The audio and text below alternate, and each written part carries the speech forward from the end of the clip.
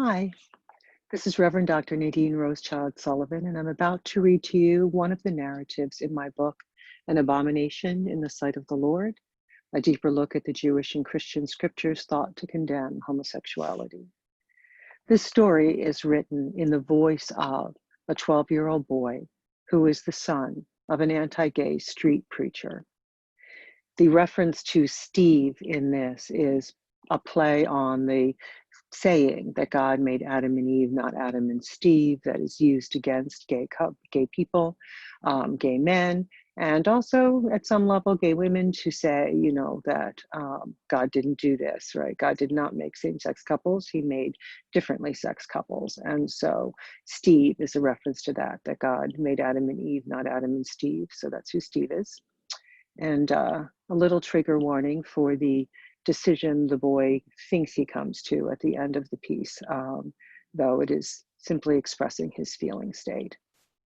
It is called Our Father Who Hates Fags, Hallowed Be Thy Name, and it begins on page 29.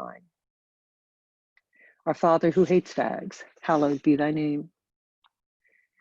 Air quotes. Steve's face blanched as my father got in it.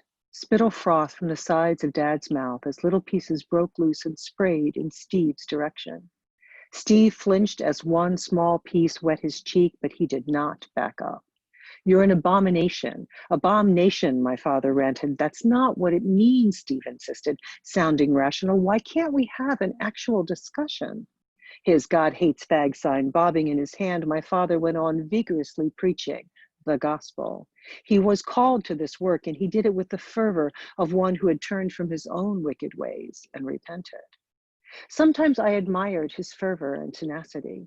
He paid an enormous price for his calling, traveling incessantly to everywhere the sinners were that needed to hear. This nation is damned, he shouted. It's a fag-loving nation. I come to you in the role of the prophet to let you know that you will all burn in hell for being fags and for loving fags.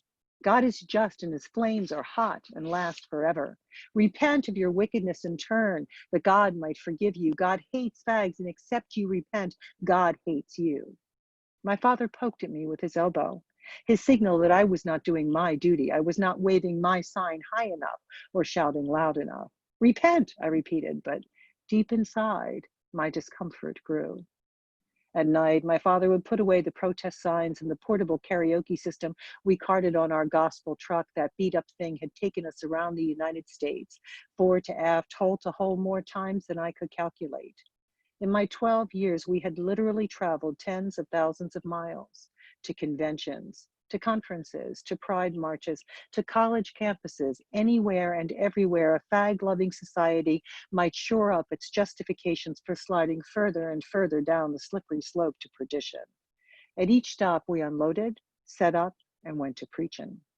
Sometimes police stood in rows between us and the lost souls we witnessed to. Other times we were on our own, surrounded by groups of taunting students or underclad men at parades, resistant to our message, hollering back their own mix of rhetoric, shaking their heads at our vitriol, spitting our way.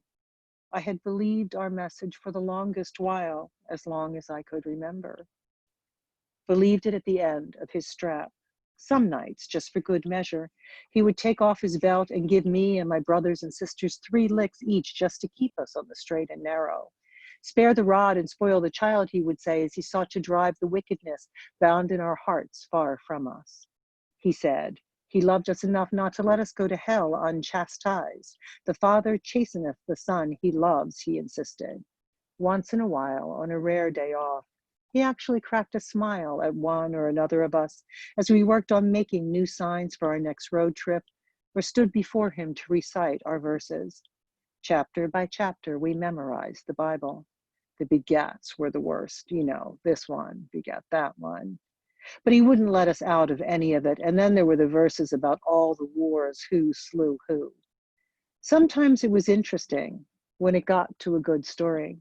But that day, watching my father's face turn red for the zillionth time in the little vein that pulsed furiously in his forehead as he sprayed Steve with his well-honed words and with his fervent saliva, I spotted a face farther back in the anonymous crowd. A man, a boy really.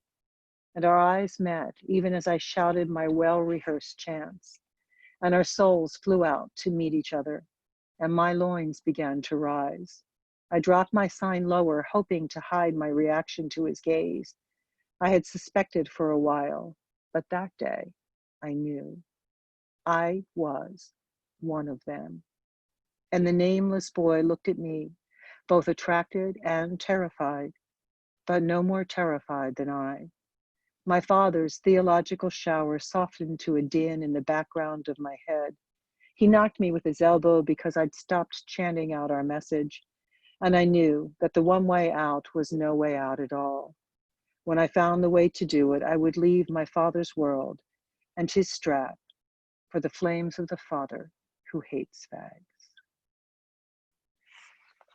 I hope this piece resonates with you on the dangers that are there inherent in making people feel bad about who they are. We never know who among us has a sexual orientation or a gender identity that does not conform to the mainstream norm.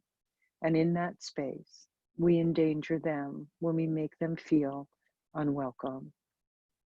Be careful with what you say, what you believe, and what you do, thinking about the human beings, even the 12-year-olds and the children who may be listening.